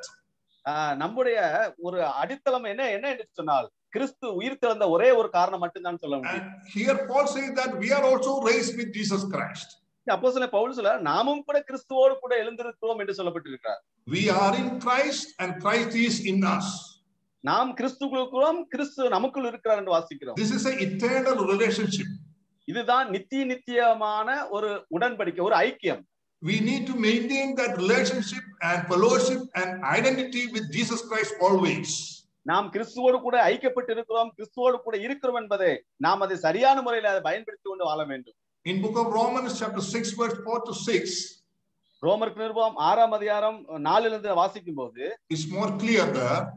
இங்கே ரொம்ப தெளிவாய் வாசிக்கிறோம். Therefore we were buried with him through baptism into death, that Jesus, just as Christ was raised from the dead by the glory of the Father, even so we also should walk in newness of life. For we have been united together in the likeness of his death. Certainly we also shall be in the likeness of his resurrection, knowing this, that our old man was crucified with him, that the body of sin might be done away with, that we should no longer be slaves of sin. ரோமருக்கு நிருபம் 6ஆம் அதிகாரத்தில் வாசிக்கிறோம், நாம் இனி பாவத்துக்குள்ளே செய்யாதபடிக்கு பாவ சரீரம் ஒளிந்து போகும் பொருட்டாக நம்முடைய பழைய மனுஷன் அவரோடு கூட சிலுவையில் அறையப்பட்டது என்று அறிந்திருக்கிறோம். மரித்தவன் பாவத்துக்கு நீங்கி விடுதலையாக்கப்பட்டிருக்கிறானே, ஆகையால் கிறிஸ்துவுடனே கூட நாம் மரித்தோமானால் அவரோடு கூட பிழைத்தும் இருப்போம் என்று நம்புகிறோம். மரித்தோரிலிருந்து எழுந்த கிறிஸ்து இனி மரிப்பதில்லை என்று அறிந்திருக்கிறோம் என்று வாசிக்கிறோம். When we claim that we are identifying with Jesus Christ, then we need to walk in the newness of life. நாம் எப்பொழுது கிறிஸ்துவோடு கூட அடையாளப்பட்டு இருக்கிறோமோ நாம் புதிய ஆவியினுடைய நடத்தின்படி நாம் வாழ வேண்டும். Because we have received the resurrection life of Jesus Christ. காரணம் என்னன்னா உயிர்த்தெழுந்த இயேசு கிறிஸ்துவுடைய அந்த வார்த்தையை நாம் பெற்றிருக்கிறோம். So we don't have to be under the influence of sin anymore. நாம் இனிமே பாவத்தினுடைய அடிமைத்தனத்தில் இனிமே வாழப்போவது கிடையாது. We are free from the bondage of sin. நாம் அந்த உலகத்தினுடைய பாவத்தின் அடிமைத்தனத்தில் விடுதலை பெற்றிருக்கிறோம். Because the resurrected life has overcame the sin and death. காரணம் நாம் உயிர்த்தெழுந்தனால அந்த இதுக்கெல்லாம் நாம் மரிக்கப்பட்டவர்களாய் இருக்கிறோம். So victory is always with us. ஏனென்றால் ஜெயம் எப்பொழுதும் நம்மோடு கூட இருக்கிறது. So let the risen Christ live in us. எனவே அந்த உயிர்த்தெழுந்த கிறிஸ்து நமக்குள் ஜீவிக்கிறார். Romans chapter 5 verse 10 we read like this.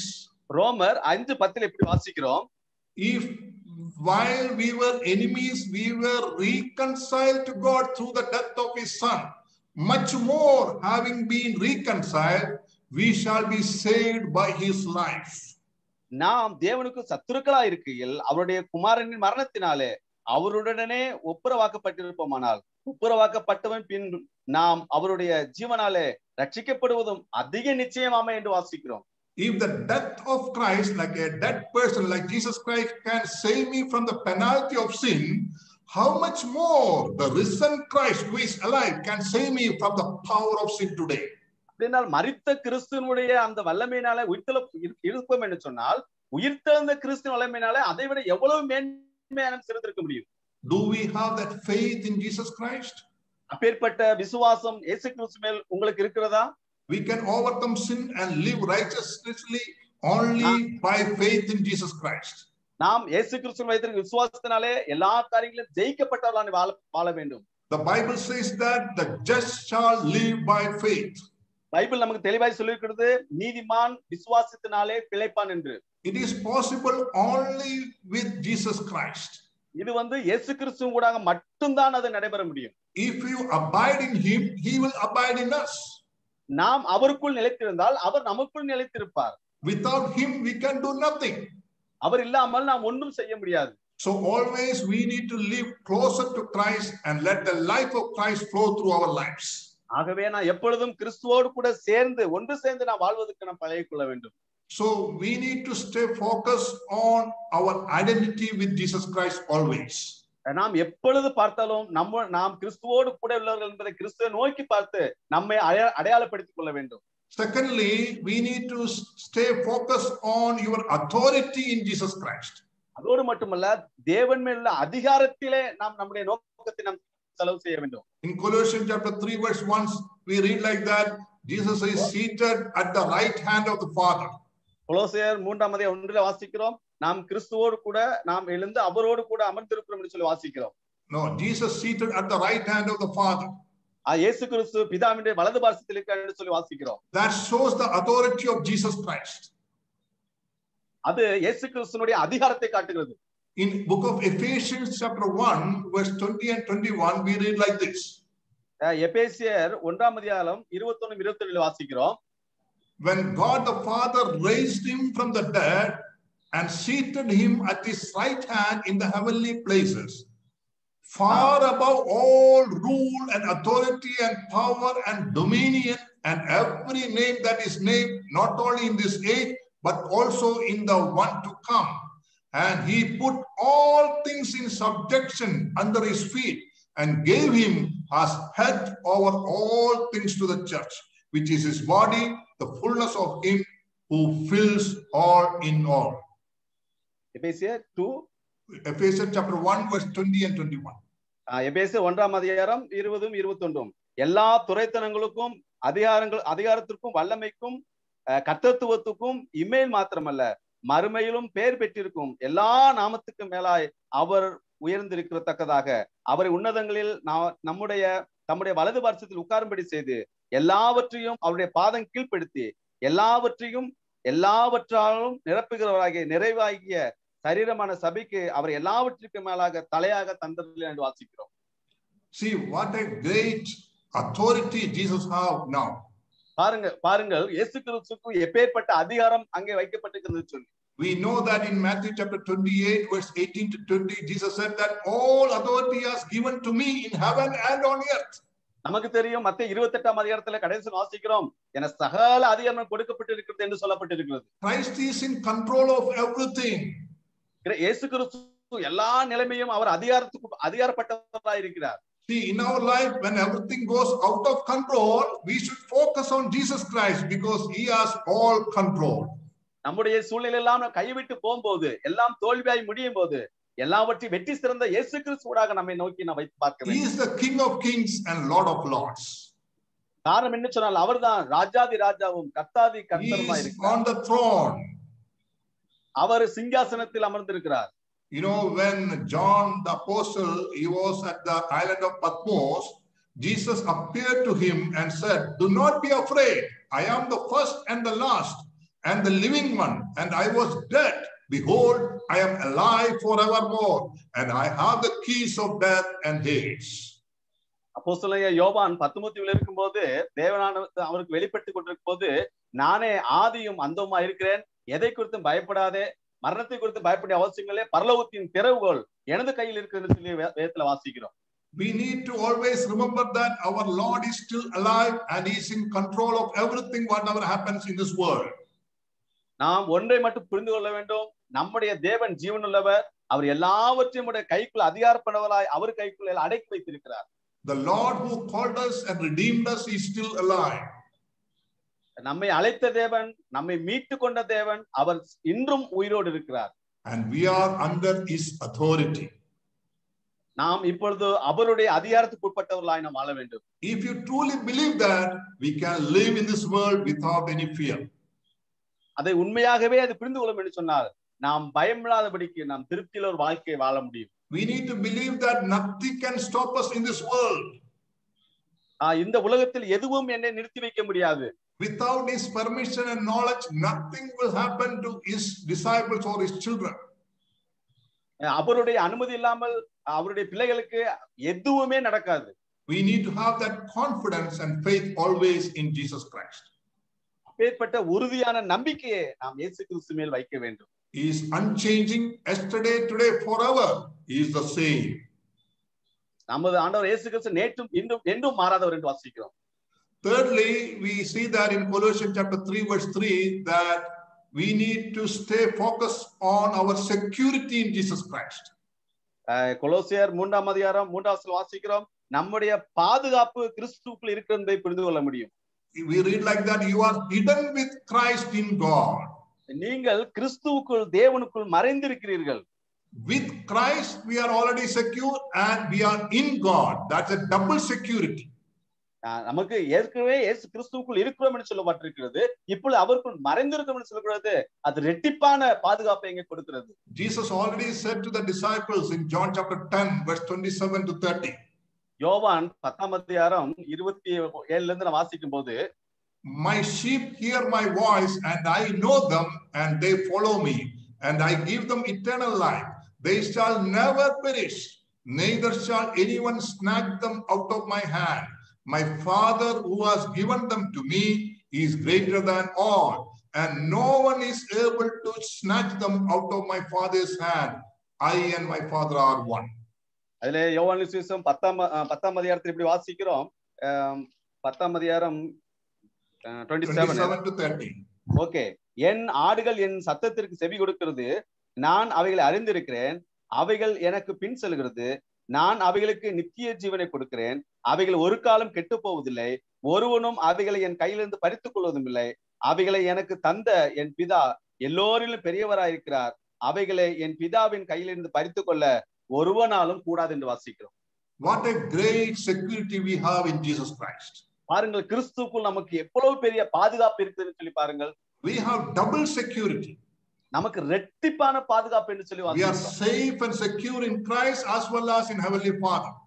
நாம் தேவனுக்குள்ளாக பாதுகாப்பா இருக்கிறோம், அதோடு கூட பரலோக பிதாவிற்குள்ளாக பாதுகாப்பா இருக்கிறோம். We cannot find any security in this world. இந்த உலகத்திலே நாம் எந்த பாதுகாப்பையும் எதிர்பார்க்க முடியாது. Because everything are shaking today. ஏன்னா எல்லாமே இங்க அசைக்கப்பட்டு கொண்டிருக்கிறது.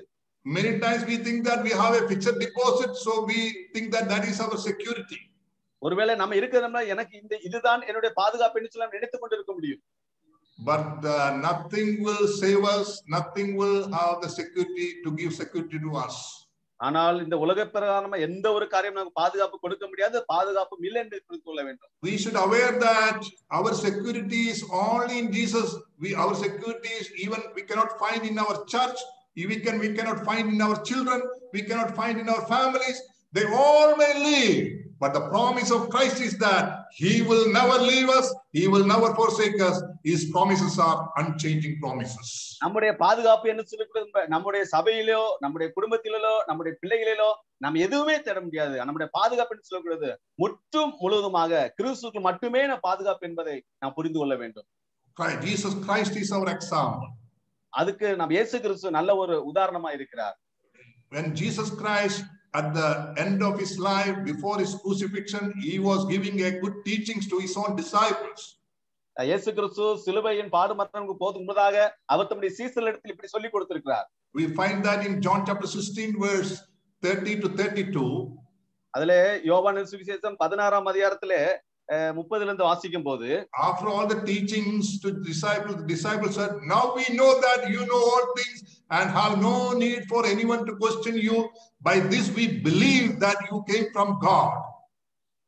அதில் வாசிக்கும் போது, நீ எல்லாவற்றையும் அறிந்திருக்கிற என்றும் ஒருவனும் உம்மை வினாவ வேண்டியதில்லை என்றும் இப்பொழுதும் அறிந்திருக்கிறோமே, இதனாலே நீர் தேவனிடத்தில் வந்தவர் என்று நாங்கள் விசுவாசிக்கிறோம் என்றார். And Jesus answered to them, இயேசு அவர்களுக்கு இப்படியாக பதில் சொன்னார், do you now believe? இப்பொழுது நீங்கள் விசுவாசிக்கிறீர்கள்? And Jesus said, behold, an hour is coming and has already come for you to be scattered, each to his own home, and to leave me alone. இதோ நீங்கள் சிதறுண்டு அவனவன் தன் இடத்துக்கு போய் தன்னை தனியே விட்டுவிடும் காலம் வரும். அது இப்பொழுது வந்திருக்கிறது, ஆனாலும் அது நான் தனிக்கிறேன். Yet I am not alone, because the Father is with me. ஆனாலும் நான் தனித்திரேன், பிதா என்னோடு கூட இருக்கிறார். Jesus always found his security in his heavenly Father. இயேசு கிறிஸ்து எப்பொழுதுமே தனது பாதுகாப்பை தன் பிதாவின் இடத்தில் இருக்கிறது என்பதை உறுதியாக அறிந்திருந்தார். Even Jesus had his disciples, he chosen them and he gave all commission to them, but still he didn't depend upon them. He always found security in his heavenly Father only. இயேசு கிறிஸ்து பூமியில் வாழ்ந்திருக்கும் போது தன்னை சீசர்ல தேர்ந்தெடுத்தால் சீசரோட வாழ்ந்தார். ஆனாலும் சீசர்ல ஒரு நாளும் பாதுகாப்பு கொடுப்பார் என்று வாழ்ந்திருக்காமல் தன் பிதாவின் மூலம் நமக்கு அதிக பாதுகாப்பு என்பதை பிதாவையே சார்ந்திருந்தார். The same way we need to find security only in Jesus Christ. அதே போல்தான் நாமும் எப்படி இயேசுவானவர் வாழ்ந்திருந்தாரோ நமக்கும் கிறிஸ்துவுக்குள் நாம் ஒன்றை பாதுகாப்பு கிறிஸ்து மட்டும்தான் என்பதை நாம் நினைத்து வாழ வேண்டும். We memorize a verse in Psalm 118 verse 8. You all know that verse. It is better to trust in the Lord than to put confidence in man. சங்கீதம் 118:8 வாசிக்கிறோம், மனுஷன் நம்புவதை பார்க்கலாம் தேவன் மேல் பற்றுதலா இருக்க நலம் என்பதை எல்லோரும் மனப்பாடம் செய்து வைத்திருக்கிறோம்.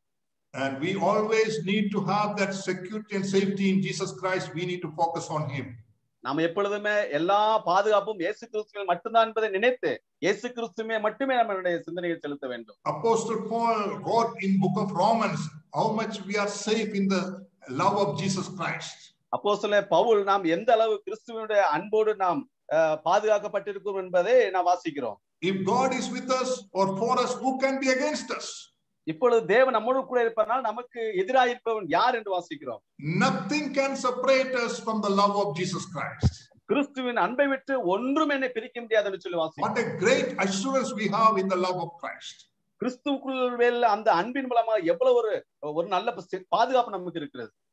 Then fourthly I want to share in chapter 3 of Colossians verse 4 says that we should stay focused on our destiny in Jesus Christ.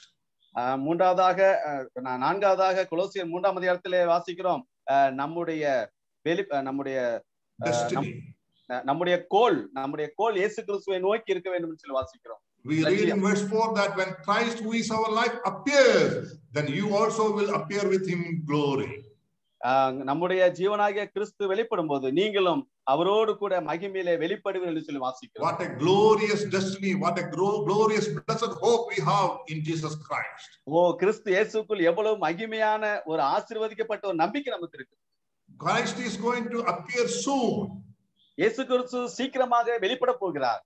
Those who live in Christ, die in Christ will appear with Christ.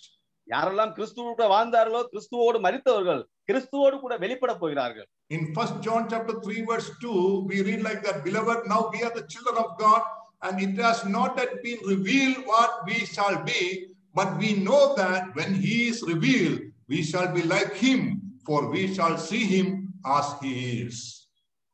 1 John 3 verse 2. 1 யோவான் 3ஆம் அதிகாரம் 2ஆம் வசனம் வாசிக்கிறோம். பிரியமானவர்களே, இப்பொழுது தேவனுடைய பிள்ளைகளா இருக்கிறோம், இனி எவ்விதமா இருப்போம் என்று இன்னும் வெளிப்படவில்லை. ஆகிலும் அவர் வெளிப்படும் போது அவர் இருக்கிற வண்ணமாகவே நாம் அவரை தரிசிப்பதினால் அவருக்கு ஒப்பா இருப்போம் என்று அறிந்திருக்கிறோம். We shall be like him when he is revealed. இயேசு கிறிஸ்து வெளிப்படும் போது நாம் அவருக்கு ஒப்பா இருக்க போகிறோம். We shall see him face to face and we will be always worshiping our Lord. நாம் அவரை நேருக்கு நேராக சந்தித்து நாம் எப்பொழுதும் நேருக்கு நேராக அவரை ஆராதனை செய்ய போகிறோம். See, in this passage, Colossians chapter 3 verse 1 to 4, Paul is covering all the tenses of our life. இந்த கொலோசியர் 3ஆம் அதிகாரத்திலே எல்லா கால சூழ்நிலைகளையும் அது ஒருமுகப்படுத்துவதை பார்க்க முடியும். First, we have been raised with Christ, that is past.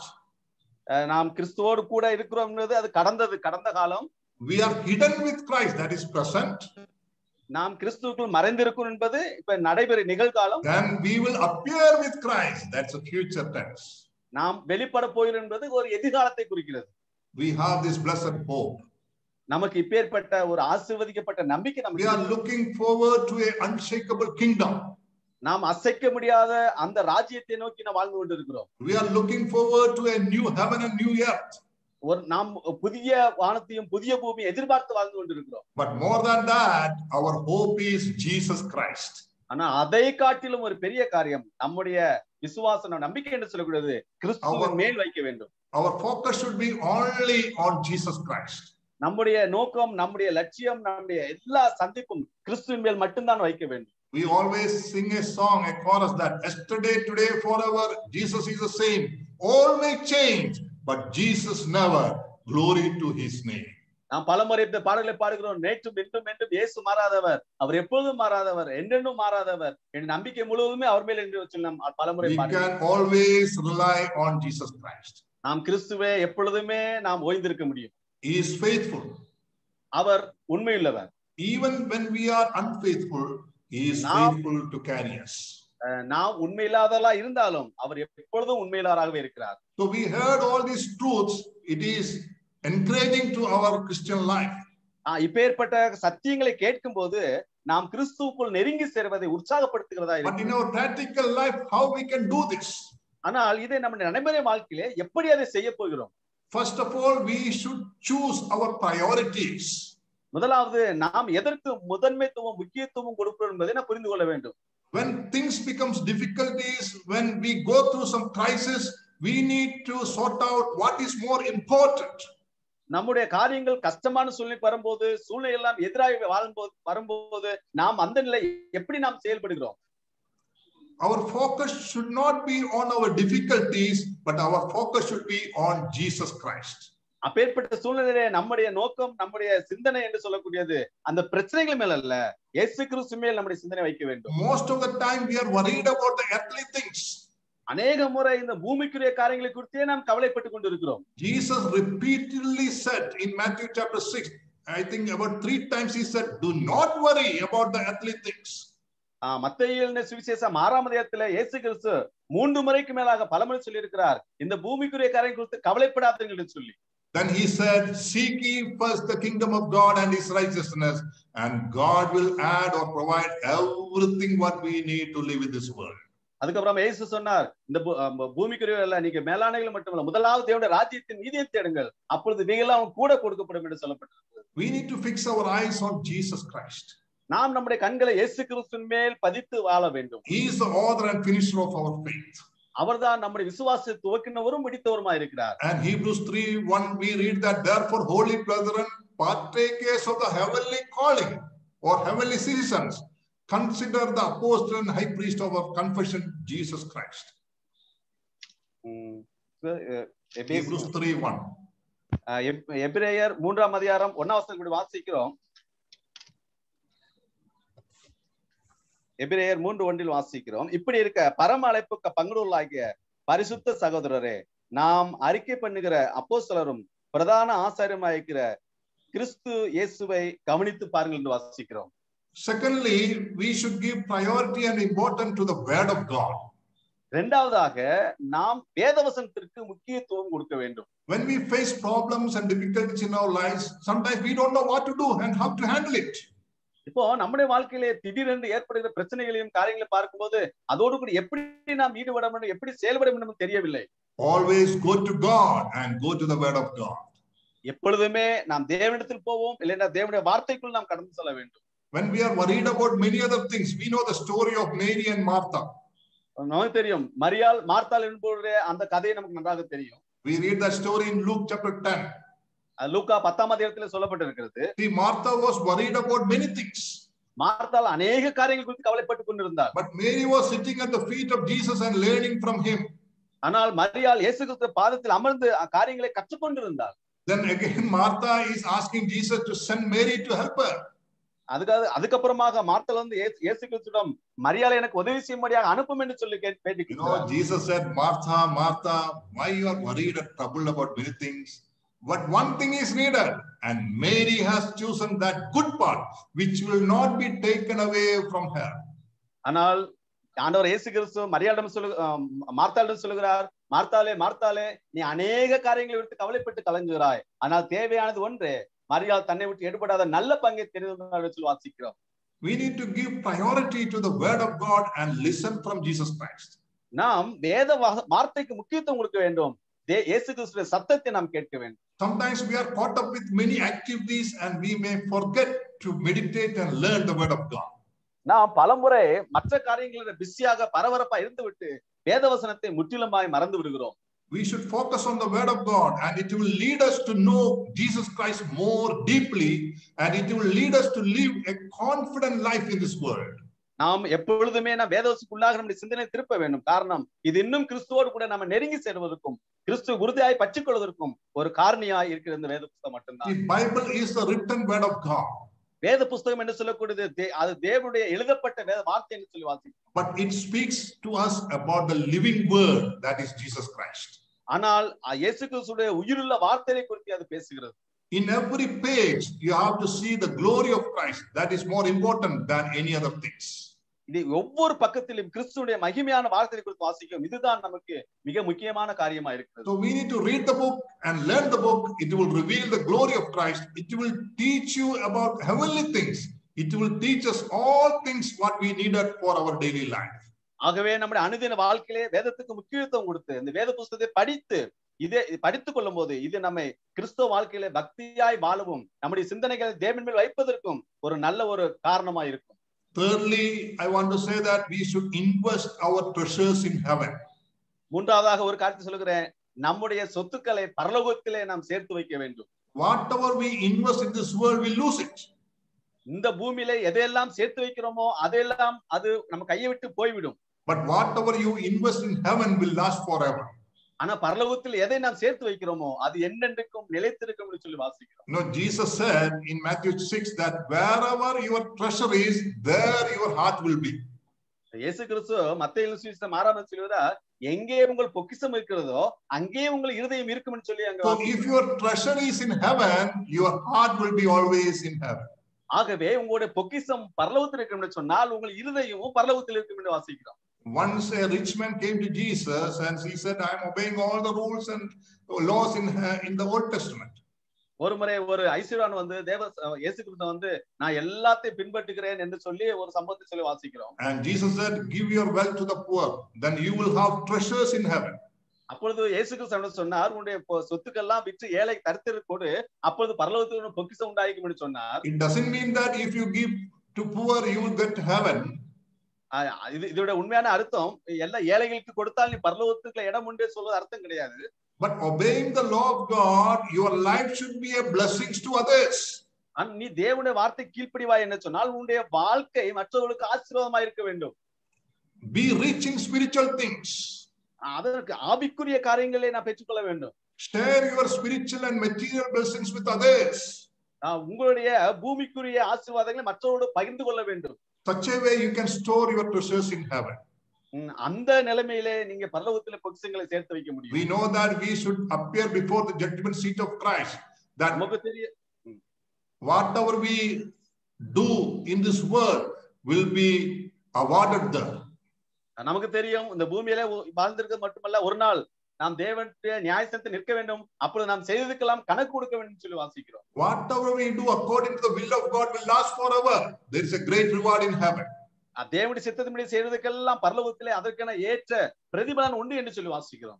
In Hebrews chapter 6 verse 10 we read like this: For God is not unjust to forget your work and labor of love which you have shown towards his name, in that you have ministered to the saints and to the minister. எபிரேயர் நிருபம் 6ஆம் அதிகாரம் 10ஆம் வசனத்திலே வாசிக்கிறோம். ஏனென்றால் உங்கள் கிரியையும் நீங்கள் பரிசுத்தவான்களுக்கு ஊழியம் செய்தனாலும் செய்து வருகிறதுனாலும் தமது நாமத்திற்காக காண்பித்த அன்புள்ள பிரயாசத்தையும் மறந்து விடுவதற்கு தேவன் அநீதி உள்ளவர் அல்லவே என்று சொல்லி வாசிக்கிறோம். We will see all the fruits of our labor in heaven. நம்முடைய கனிகளினுடைய பிரதிபலனை நான் பரலோகத்திலே என்ன பார்க்க முடியும். Let us be seen faithful before Christ till the end. ஆகவே நாம் கிறிஸ்துவுக்காக பக்தி வைராக்கியமாய் வாழ்ந்திருக்கும் போது கிறிஸ்து கனி கொடுக்கப்பட்டவராய் வாழ வேண்டும். Let us continue to serve the Lord till he comes back. அவர் வருகிற வரைக்கும் அவருக்காக நாம் ஜீவிக்க வேண்டும். I heard a song of Jim Reeves in my childhood itself. This world is not my home. I am just passing through. My treasures are laid up somewhere beyond the blue. And I can't feel at home in this world anymore. ஒரு நல்ல ஜிம்ரி என்று சொல்லக்கூடிய நல்ல ஒரு பாடகர் இப்படி பாடி இருக்கிறார். இந்த உலகம் என்ன சொந்தம் கிடையாது, இந்த பூமிக்குரிய காரியம் இல்ல, என்னுடைய சிந்தனை எல்லாம் பரலோகத்தில் சேர்த்து வைக்கப்பட்டிருக்கிறது, அவர் வருவார், பரலோகத்திற்கு சொந்தமான நல்ல ஒரு அருமையான பாடல் என ஜிம்ரியை பாட கேட்டிருக்கிறேன். Let me read one more verse and I will close here. இன்னும் ஒரு வார்த்தையை சொல்லி நான் முடிக்க விரும்புகிறேன். Book of Isaiah chapter 26 verse 3. ஏசாயா 26:3. You will keep him in perfect peace whose mind is stayed on you because he trusts in you. Okay. ஏசாயாவின் புத்தகம் 26ஆம் அதிகாரம் 3ஆம் வசனம். உம்மை உறுதியாய் பற்றிக் கொண்டிருக்கிற மனதையுடையவன் உம்மையே நம்பி இருக்கிறபடியால் நீர் அவனை பூரண சமாதானத்துடன் காத்துக் கொள்வீர். If you want to live peacefully in this world, our mind should be stayed always on Jesus Christ. நம்ம பூரண சமாதானத்துடன் வாழ வேண்டும் என்று சொன்னால் நம்முடைய சிந்தனை எப்பொழுதும் கிறிஸ்துவின் மேல் வைக்க வேண்டும். Let our mind stay on heavenly things always.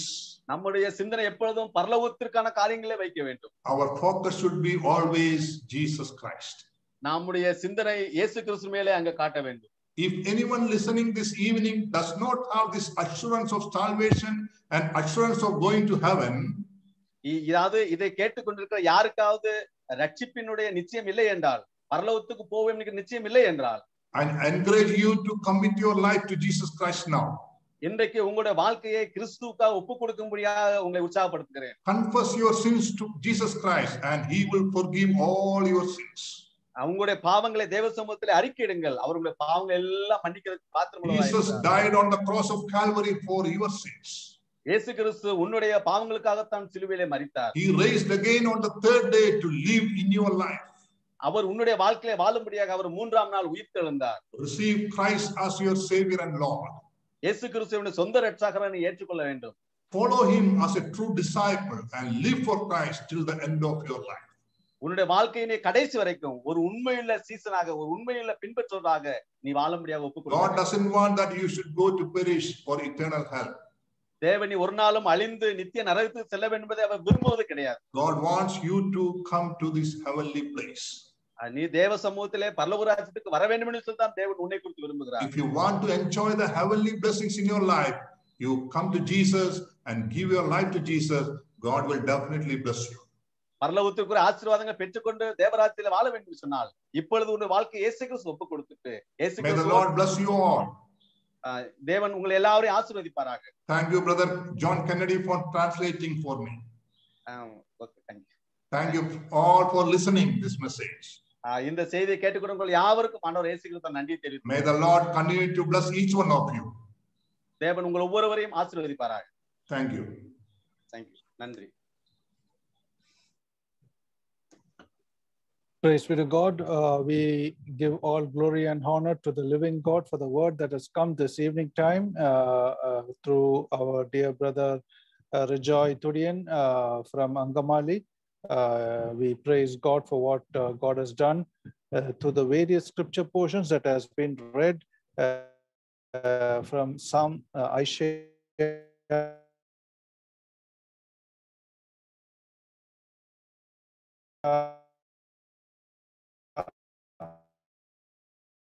and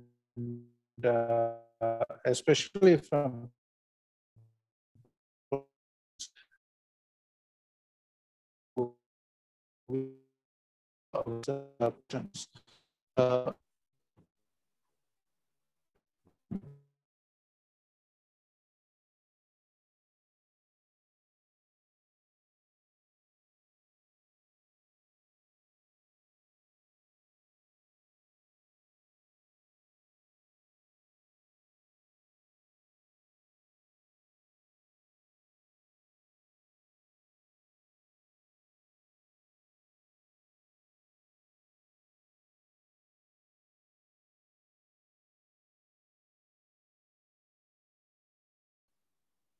we praise God for what God has done this evening time to the word of God.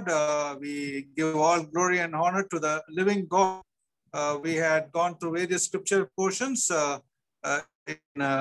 from Psalm, Isaiah, and especially from Colossians chapter 3 verses 1 to 4. Come to understand the treasure in the Lord Jesus Christ, why we should focus on Christ. We are raised with him, we are hidden in Christ Jesus, and our destiny, our eternity is with the Lord Jesus Christ himself. Then we have seen the practical aspects, what is most important, and let us not be clouded with difficulties and forget the Lord. But as we read in Hebrews chapter 11, we should be clouded with the heels of faith in the Lord God that we have seen, we do see in the word of God, and so that we can focus our attention on the Lord, the author and finisher of faith. And then we should also have the focus on the word of God, and finally the treasures to be heaven. We had seen various concepts. I cannot explain everything at this moment. May the good Lord continue to be with Evangelist Rejoy Tudian, attained from Angamali, Kerala. We thank God for making use of you even this evening time in the blessed way that personally I could learn many verses. May the blessed Lord continue to be with you, your family, and the assembly and the Bible college you're running there in Angamali. We praise God for everything what God has done. May the blessed God, once again, we pray that he would be with you. We also thank our dear brother, Evangelist John Kennedy from Virudhunagar in Tamil Nadu for joining us and translating the word from English to Tamil in the blessed way. May the good Lord continue to use him wherever he goes, especially in the VBS and other matters, but also in the extra work and very many other bigger works, the glory of God, as we saw today. And may the good Lord use this dear evangelist more better in the days to come. Let us have him also in our prayers. We also thank our sister Godsi Ebi for the songs she has sang. God has enabled us to listen to some wonderful songs. May the blessed Lord be with the sister and continue to use her wherever she goes. We thank God for each one of you, the participants and the prayers, the believers who did the prayers. We praise God, especially the participants who have joined this evening time, various places in Tamil Nadu, India, and abroad. May the blessed Lord continue to be with all of you as you continue to meditate on these verses, word of God, and on the Lord Jesus Christ himself, so that you would come closer to the heart of God. That is the most important in our life, and let us continue to seek that more importantly. Now we have come to the end of this day evening meeting. If any one of you want to listen or see to the other previous meetings or this meeting, definitely you can see it on the YouTube, GLMK space TV, and there you can see all the videos right from May 11th last year till date. The Lord God has been faithful to all of us, and through various speakers, we praise God. We thank all the speakers, the musicians, the singers, the translators, and the participants, and the prayer believers who made the prayer and were praying always. We praise God for every one of you. May the good Lord come to be with each one of you. Now we are closing here with prayer. I request from Madurai, the elder, our elderly uncle, the elder of Madurai Bible College, Brother Ramalingam, to close the meeting with a word of prayer. Over to Madurai, Brother. ஜெபம் செய்வோம். பரிசுத்தமுள்ள பரமபிதாவாகிய தெய்வமே, கிருபையுள்ள ஆண்டவரே, நாங்கள் நன்றியோடுமை துதிக்கிறோம், ஸ்தோத்திரிக்கிறோம். அங்கமாலிலிருந்து அருமையான உடைய பிள்ளைங்கள் மத்தியில இந்த ஜூம் மூலமாக உடைய வார்த்தைகளை பகிர்ந்து கொடுக்கும்படியாக அவரை பலப்படுத்தினதுக்காக நன்றி செலுத்துகிறோம். மொழிபெயர்த்த அருமையான தம்பி கென்னடிக்காக உம்மை துதிக்கிறோம். ஆண்டவரே, இந்த கூட்டத்தை ஏற்பாடு செய்த அருமையான சௌரன் சந்தோஷ் ஜான்சன் அவர்களுக்காகவும், கோடம்பாக்கம் அசம்பிளிக்காகவும், GLMKவுக்காகவும் நாங்கள் நன்றி செலுத்துகிறோம். ஆண்டவரே, இந்த ஜூம் மூலமாக தொடர்ந்து உடைய வார்த்தைகளை நாங்கள் கேட்பதற்கு இப்படிப்பட்ட ஒரு நல்ல சந்தர்ப்பத்தை ஆண்டவரே இந்த லாக்டவுன் காலத்திலே எங்களுக்கு நீ தந்திருக்கிற கிருபைக்காக நன்றி செலுத்துகிறோம். ஒரு முறை கூட கர்த்தாவே, நாங்கள் ஆண்டவரே உம்மை நோக்கி பார்க்கவும், ஆண்டவரே எங்களுக்கு நித்தியத்தை குறித்ததான நம்பிக்கையும், ஆண்டவரே கர்த்தாவே ஆண்டவராய் இயேசு கிறிஸ்து மீது வைக்கிற விசுவாசத்துல நாங்கள் உறுதி பெற்று, ஆண்டவரே எங்களுடைய நித்திய ராஜ்யத்தை குறித்து எப்பொழுதும் சிந்திக்கிறவர்களாக ஆண்டவரே நாங்கள் காணப்படும். ஒரு முறை கூட வேத வசனத்தின் மூலமாக எங்களை உணர்த்தினருக்காய் ஸ்தோத்திரம். கொலோசியர் 3ஆம் அதிகாரத்திலிருந்து நாங்கள் சிந்தித்த வார்த்தைகளுக்காக உம்மை துதிக்கிறோம். கிறிஸ்துவோடு கூட நீங்கள் எழுந்தது உண்டானால் கிறிஸ்து தேவனுடைய வலது பார்சத்தில் உள்ள மேலானவைகளை தேடுங்கள் என்று ஆண்டவரே அந்த வசனத்தின் அடிப்படையில நாங்கள் சிந்தித்த வார்த்தைகளுக்கு உம்மை துதிக்கிறோம். அநித்தியமான உலகத்திலே நாங்கள் வாழ்கிறோம். பல சமயங்களிலே எங்களுடைய சிந்தனைகள் இந்த உலகம் இருக்கிறதையும், இந்த உலகத்தினுடைய காரியங்களை எங்களை ஈர்த்து கொள்ளுகிறதை நாங்கள் பார்க்கிறோம். ஆனாலும் கர்த்தாவே, நாங்கள் இதையெல்லாம் விட்டு ஆண்டவரே கிறிஸ்துவின் மீது எங்களுடைய கண்களை பதித்தவர்களாக, ஆண்டவரே எங்களுடைய பந்தய பொருளை நோக்கி நாங்கள் ஓடுகிறவர்களாக காணப்பட எங்களுக்கு நீர் கொடுத்த ஆலோசனைகளுக்காக நாங்கள் நன்றியோடுமை துதிக்கிற கர்த்தாவே, பிதாவாகிய தெய்வமும் குமாரனாகிய தெய்வமும் பரிசுத்த ஆவியானவராகிய தெய்வமும் எங்களுக்கு கொடுத்திருக்கின்ற பாதுகாப்புக்காக நன்றியோடுமை துதிக்கிறோம். கிறிஸ்துவோடு கூட பாவத்திரண்டுக்கு மறிக்கவும், கிறிஸ்துவோடு கூட நீதி கண்டு பிழைக்கத்தக்கதாக எங்களுக்கு உதவி செய்வதற்காக நன்றி செலுத்துகிறோம். கலாத்தியர் 2ஆம் அதிகாரம் 20ஆம் வசனத்திற்காய் ஸ்தோத்திரம். ஆண்டவரே, நாங்கள் உம்மோடு கூட சிலுவையில் அறியப்பட்டோம், ஆகியோரும் பிழைத்திருக்கிறோம். நீர் எங்களுக்காக அல்ல, ஆண்டவரே கிறிஸ்துவுக்காக இந்த மாம்சத்துல பிழைத்திருக்கிறவர்களாக ஆண்டவரே நாங்கள் காணப்பட எங்களுக்கு கிருபைதாரும். அப்படிப்பட்ட ஒரு அருமையான உந்துதலை உம்முடைய வேத வசனத்தின் மூலமா நாங்கள் கேட்க உதவி செய்வதற்காய் ஸ்தோத்திரம். பங்கு பெற்ற எங்கள் எல்லாருக்கும் ஆண்டவரே நீர் ஒரு நல்ல உத்வேகத்தை எங்களுக்கு கொடுத்ததற்காக நாங்கள் உம்மை துதிக்கிறோம். ஆண்டவரே, தொடர்ந்து அந்த ஊழியத்தை ஆசீர்வதியும். கிறிஸ்துவுக்குள்ளாக நாங்கள் பலன் கொண்டு ஆண்டவரே தொடர்ந்து உமக்காக நாங்கள் சாட்சிகளாய் காணப்பட உதவி செய்யுங்கத்தாவே. காலங்களும் சூழ்நிலைமைகளும் எல்லாம் மாறி போனாலும் இதெல்லாம் கர்த்தருடைய வருகை எங்களுக்கு அதிகமாய் நினைவுபடுத்துகிறதா இருக்குது என்பதை நாங்கள் உணர்ந்து உடைய வருகைக்கு ஆயத்தமாகத்தக்கதாக எங்களுக்கு உதவி செய்யும்படியாக நாங்கள் ஜெபிக்கிறோம்.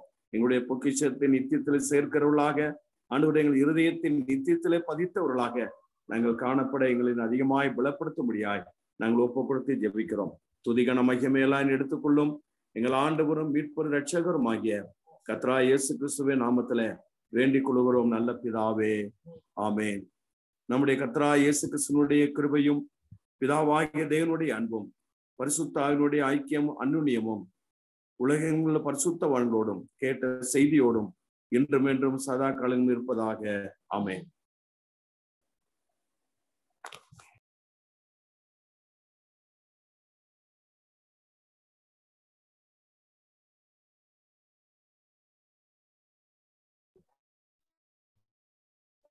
Thank you, Uncle.